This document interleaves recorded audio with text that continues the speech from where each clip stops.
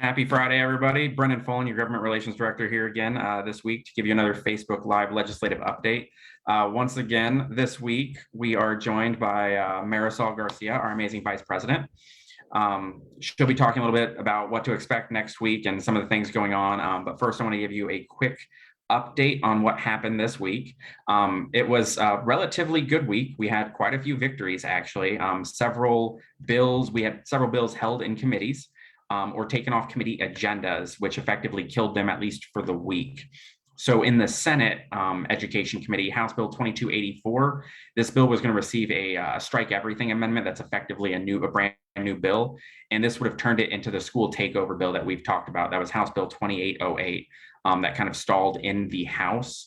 Luckily, the chairman at the last minute decided to take it off the agenda and not hear it. So it is effectively dead for the session. Unless it shows its head up somewhere else. Hopefully it won't. We'll be keeping an eye out for that though. HCR 2001 was also scheduled to be heard in Senate Education, but at the last minute, the chairman also held this bill. As a quick reminder, this is the version of the teacher gag bill that we've been fighting all session, but instead of making it law, it would have tried to make it a constitutional amendment. Luckily, since this bill was held, it effectively means it is also dead. In House Education, Senate Bill 1211, this is the bill, many of you probably remember this, or we've talked about it all session. This is the bill that requires educators to post every single thing that you use in the classroom online. That was also held at the last minute. So we luckily held that one off again for the week. Unfortunately, there were a few bills that we've been fighting that made their way through committees. House Education, we had Senate Bill 1159. This is the bill that deprofessionalizes teaching. This passed out of the committee on a party line vote. There were a lot of good points made in committee, a lot of debate, discussion. We're still working to see if we can stop that as it moves through the process. Senate Bill 1326 was also another party line vote. This is the bill that will allow students to get course credit for certain things they do outside of the classroom, things like music lessons. We have a lot of concerns on how it's going to impact things like arts programs and just overall privatization of education. So that unfortunately did pass out on a party line vote. Looking forward to next week. Just so you know, next week is the last week for any committee to meet, except for when the budget's introduced. This is a week that we generally refer to as trash can appropriations week, because the only committee that's allowed to meet is appropriations. And this is when they throw all of their garbage bills that are left out there through committee. So unfortunately, next week definitely lives up to that name and that reputation. In the House, we have three really big, very bad bills. Senate Bill 1211, even though we stopped it in education this week, they're going to withdraw that from the committee and send it to appropriations.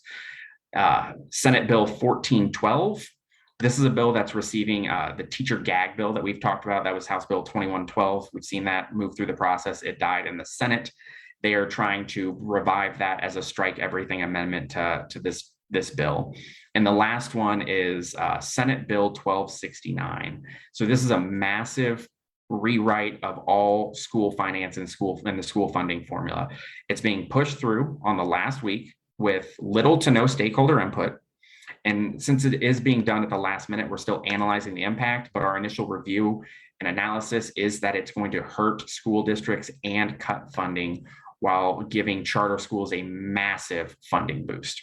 And with that, I wanted to kick it over to Marisol so she can kind of talk a little bit about next week as well. Muted. Hi, everyone.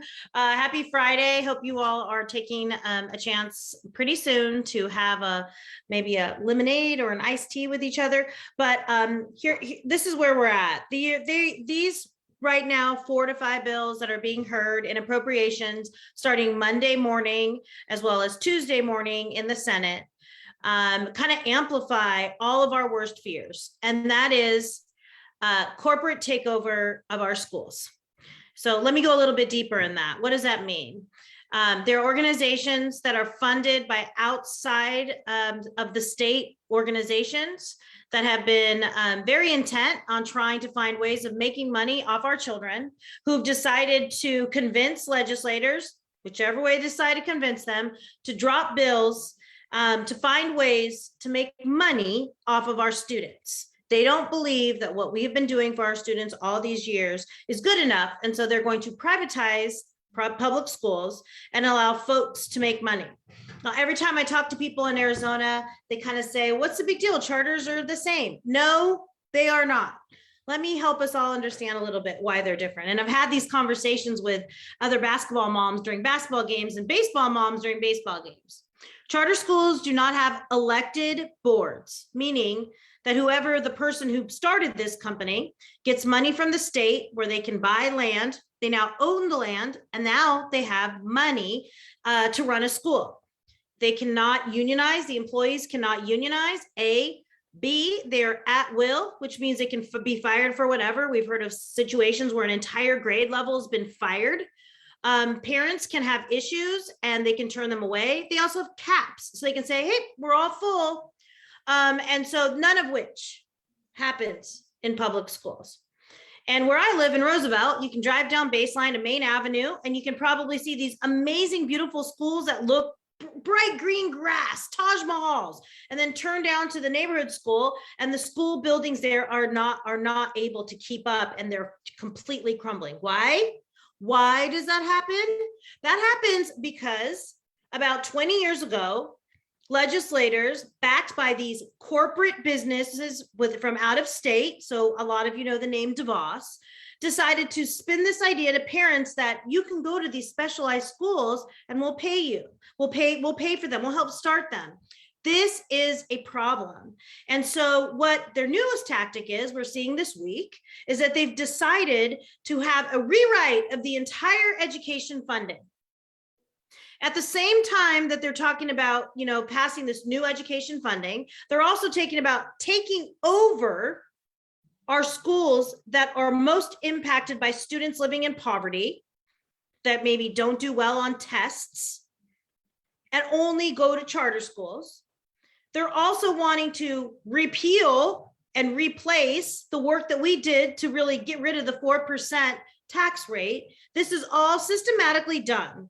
There's this TikTok trend going around going like, if I had a time machine, this is a moment where you're going to want to go back in the time machine and say, why didn't anyone stop this? So you have a chance to stop this. We have a chance to stop this. All these bills are being heard in the Appropriations Committee on Monday at 9:30 and Tuesday at 9 a.m. And AEA will be there because I don't want to look back and have a conversation with my grandchildren, hopefully, and say to them, oh, if I coulda, shoulda, woulda. Well, it's happening. Sometimes at the end of the legislative session, we're down and the budget's being made and everyone's like, oh, it's the sausage and it's so the sausage making and it's so we're at the beginning of the sausage making. It's happening right now. So I am asking you to think about joining us down at the Capitol on Monday. And I know that's hard because a lot of you teach and you're just coming back from break and you don't have coverage. If you're able to get down there, you get down there. But you know who's going to be there? Joe and I are going to be down there. Joe Thomas, our state president, and myself. We're going to be down there because we represent the members and we're down there. We don't work for the districts anymore. We work for the AEA membership. So we are going to be down there because enough is enough, you guys. Enough is enough. We saw what happened on a national level when Betsy DeVos was put into in power, and she really started talking about how, public schools were so bad and families should be able to go to different schools to know what's better. The schools that our students need are high quality public schools they can get on their bike and ride to. They can get on a bus and be greeted with an amazing educator that can take them down the street to their community school. A place where kids can ride a skateboard to their school. Or like me, when I went to Rover Elementary in Tempe L, I was able to walk to school with my little sister when she was in kindergarten and I was in second grade and safely walk to school where somebody crossed us across the street. And we were able to see our school. That was before the corporations, outside state interest, and privateers entered the state with a goal of making money off children. And we're here. And with the AEL in play and all these political games and all the other stuff we're going to hear down there, these virtual signaling about how teachers need to teach history that don't upset students. History happened. It's okay to talk about it. We have a chance in this country to make things better. And that's why I decided to teach history, because I wanted there to be dozens, if not hundreds, of Marisols and Maribels and Aves and Vicentes able to be part of this country. The reason why we have to go down there and fight at this appropriations committee specifically is because it's the beginning of the story. It's not the end, it's the beginning. So that when we are down at budget night, when it's time to convince people to vote for public education activists and advocates, we are able to say, oh, we were there at the beginning. I am not going to look back and say we were not there. We are going to be there. Over the weekend, you're going to get hustled from AEA asking you to join us or to take action in a different way. You're going to see Facebook events. You're going to see us push this out. We are going all in because I am not going to look my students, children in the faces and tell them that we slipped on this one. This one is a biggie. And so I'm going to ask you to do whatever you can. We always ask you to send emails. We always ask you to call. We always ask you, to tweet at them and to put all this. Do it. But just know AEA is going to be down there in full force.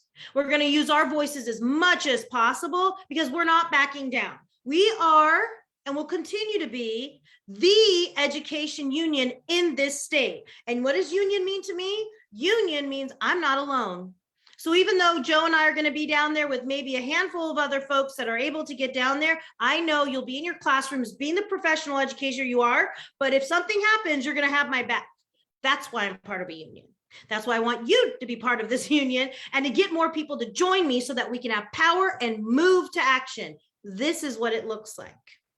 So we are going to be down there fighting. I'm going to implore you to use your voices as much as you can, virtually, over the weekend, at night, before school. If you happen to be able to have a personal day, we will be down there on Monday at 9 a.m. at the Appropriations Committee. We'll do it again on Tuesday at 9:30 a.m. at the Appropriations Committee. I need you guys to gear up. I need you to gear up. If that means that this weekend you need to take some time and do what I'm going to be doing, and that's binge watching Bridgerton season 2, do it, because then it's going to have to start moving. We're going to move you to action. We're going to get you up and we're going to push you to have conversations with people in your community. We're going to push you to have conversations with the person across the street. We're going to push you to remind people that you are powerful. We are powerful, and we're going to be able to do this. So have my back like we have yours. And that is, go out, share this video, share it right now, share it over the weekend. If you're a local leader, share it to your local, pages, text it to people, get a copy of it. We're going to be tweeting out. Please share that out. If you're on our Instagram, we'll be having stuff on Instagram. We need everything. There's a reason why I am here with you this evening, and that is because I know that you're going to have my back next week, and we're going to continue to have the back. Enough is enough. And just, remind yourself that you're not in this alone, that we are in this together, and we have the moral authority to demand public schools remain strong in this state for our students and the students that have yet to come into our classrooms. So I think that's it. I'm hoping that I covered everything for Brenden. Look in the chat. We're going to be putting all the links. Look to our Facebook account. Look to my Facebook account. Look to our Twitter account and everything else. This is a huge event, a beginning of pushing the movement forward, because they're not going to take our schools away. And these outside organizations are not going to do that here in this state.